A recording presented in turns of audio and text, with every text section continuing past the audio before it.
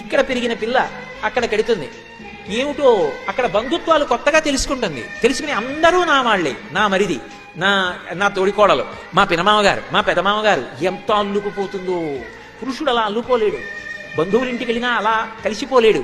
ఆడపిల్ల ఎంత తేలికగా, ఏదో బాతు నీళ్లలో వదిలేస్తే ఈ దేశినంత తేలికగా అత్తవారింట్లో ఉంచేసుకుంటుంది. అలా ఉంచేసుకుని ఆమె పడే బాధల్లా ఒక్కటే, నేను అంత ప్రేమగా చూస్తాను, వాళ్ళు నన్ను అలా ఎందుకు చూడరు అంటుంది. ఎంత బేలతనం నిజంగా ఆడపిల్లది అనిపిస్తుంది. అదే ఎంత ఐశ్వర్యం ఉన్న ఇంటిని మెట్టనివ్వండి, ఇది నాది అని చెప్పడానికి అధికారం పొందింది. పుట్టిల్లు అంత ఐశ్వర్యవంతమైన ఇల్లు కాదు, కానీ అన్నదమ్ముడు ఏదో శుభకార్యం చేసుకుంటున్నాడంటే నెలలు నెలలు కష్టపడి ఉండిపోతుంది ఆ అన్నదమ్ముడి కోసం.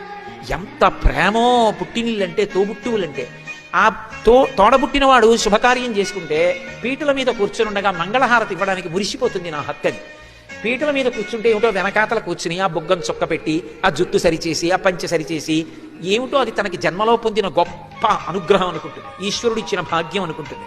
ఆ మంగళహారతి ఇచ్చినప్పుడు పళ్ళెల్లో 100 రూపాయలు వేస్తే ఆమెకి కోట్లు ఉన్నాయి భర్తకి. ఈ 100 రూపాయలు పగిలంగా పట్టుకెళ్ళి మా అన్నయ్య ఇచ్చాడు, మా అన్నయ్య ఇచ్చాడు, మా అన్నయ్య ఇచ్చాడని దాచుకుంటుంది. ఓ 100 రూపాయలు నేత చీర పెడితే ఆ చీర కట్టుకుని మా అన్నయ్య ఇచ్చిన చీర, మా అన్నయ్య ఇచ్చిన చీర అంటుంది. ఆడపిల్ల హృదయానికి ఉన్న సౌకుమార్యం నిజానికి పురుషుడికి ఎక్కడుంది? అందుకే లోకంలో 3 వానల్లో ఒక వాన దేని వలన పడుతుంది అంటే సౌశీల్యవతులైనటువంటి స్త్రీల వలన ఒక వర్షం పడుతుంది.